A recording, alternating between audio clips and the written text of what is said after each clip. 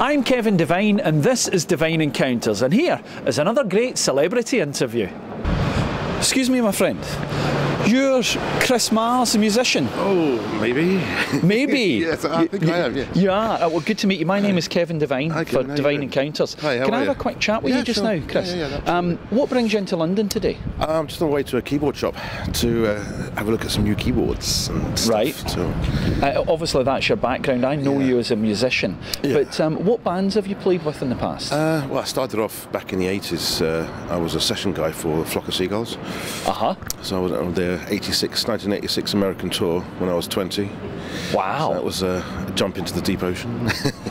Yeah, so progressed on from there really. On to, I was lead singer of a house band at the Astoria Theatre, a show called The Happening that we were filming at the Astoria back in the early 90s.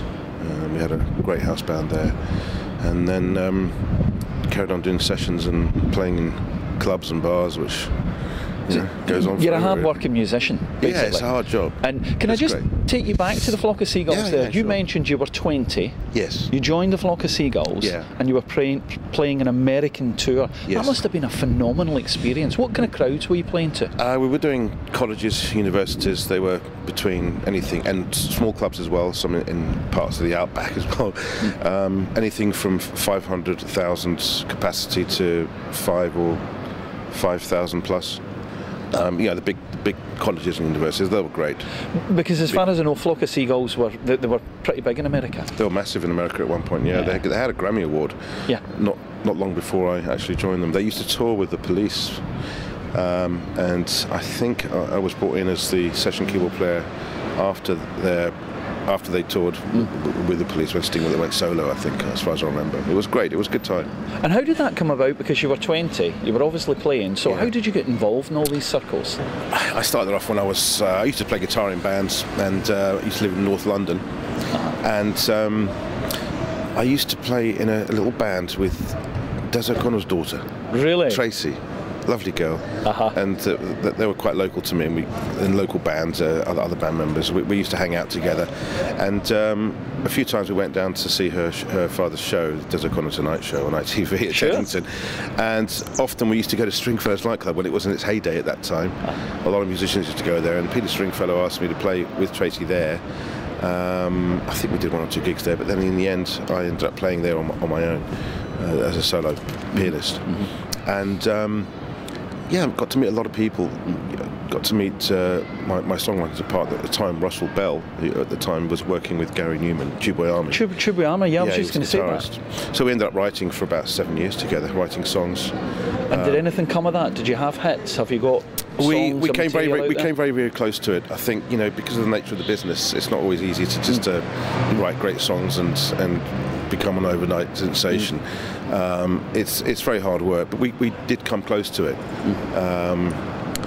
But I think the circumstances didn't quite work out at that time, but we carried on working, and we will always come close to it, maybe reach that pinnacle one day, who knows. And since then, since Flock of Seagulls and since writing with Russell, what sort of places have you been playing? Well, since Russell and I were doing the show in the 90s, the Astoria. Since then, I've been pretty much non-stop playing in various piano bars in Scandinavia, Norway, Sweden, Denmark, mainly Germany as well. I'm still working there, still doing shows. Just came back from Berlin, going back there on Sunday. It's a fantastic city. Where do you play in Berlin? I play in a couple of places. The main place is a place called Harry's New York Bar, which is it's a really famous bar. It's not very big, but it's. I was going to say I've heard of it myself. Yeah. So it's a very nice place. It's part of a very nice 5-star hotel. But it's when I'm playing there, it's the locals come. A lot of tourists are there, but it's loud. It's live. It's totally live music, and it's really good fun, and it's a good vibe. They appreciate the music there, so you can play. I can play what I want, and it's a good vibe. It's financially, it's very good. Getting back to this hard-working musician thing again there, because you started out as a young man playing in front of very big crowds, and you're still working to this day. What gets you juiced about music? Who inspired you when you were starting? Who inspired me? Yeah. Well, my biggest inspiration, well, there are several, but the biggest actually back in the late 70s, early 80s was actually Genesis. Yeah? Yeah, Tony Banks, the keyboard player, especially. I used to try and copy what he was doing on their albums, etc., etc. And of course, Phil Collins as a songwriter was very inspirational. But also bands like Santana and Beatles. Yeah. You know, of course, The Who, all these sort of bands. Have you ever got to meet any of your heroes? I've met a lot of them, yeah. Yeah? got to meet an awful lot. In fact, there was an interesting story when I was playing at Stringfirst. I was playing and I had Phil Collins' Face Value music book on the piano. On the piano, I was reading the music.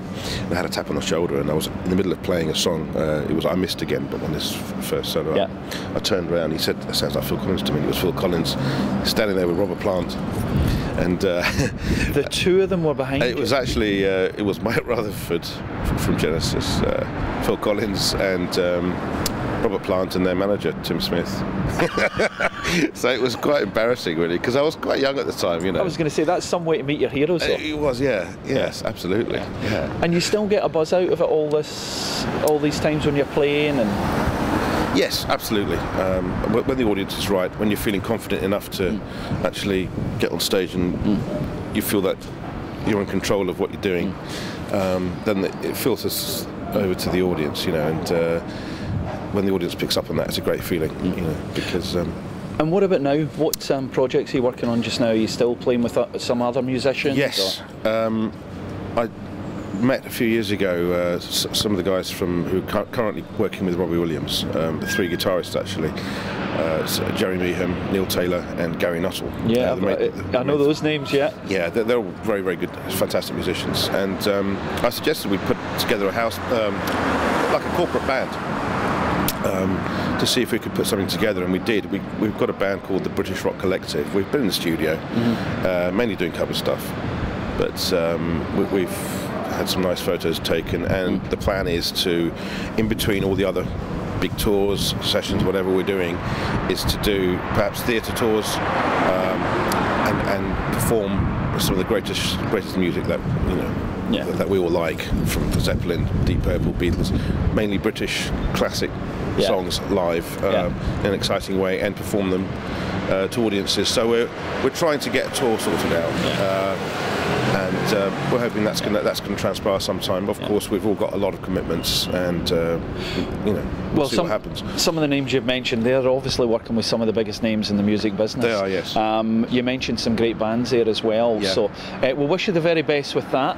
And finally, if people want to find out about you, about Chris Mars, do you have a website? Do you have a Facebook? Yes, I've got. Website is chrismars.com. So it's CHRISMARS, like the planet. Yeah. chrismars.com. The band is brcmusic.com. And Twitter, which I'm kind of getting my head around. Are you a Twitterer? I think I should be, really, because a lot of people are doing it. But that's going to be Chris Mars 2000, which is the main name that I use.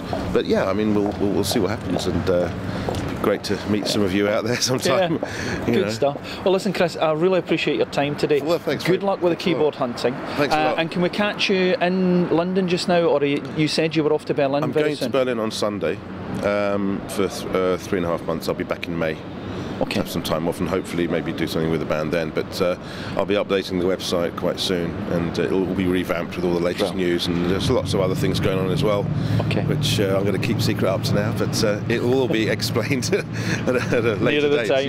Yes. Listen, all the best. Happy New Year as well. Cheers. Happy New Year to you too. Best of luck with all the playing. Thanks very much. Cheers for now, bud. Bye-bye. Bye. Cheers. Bye.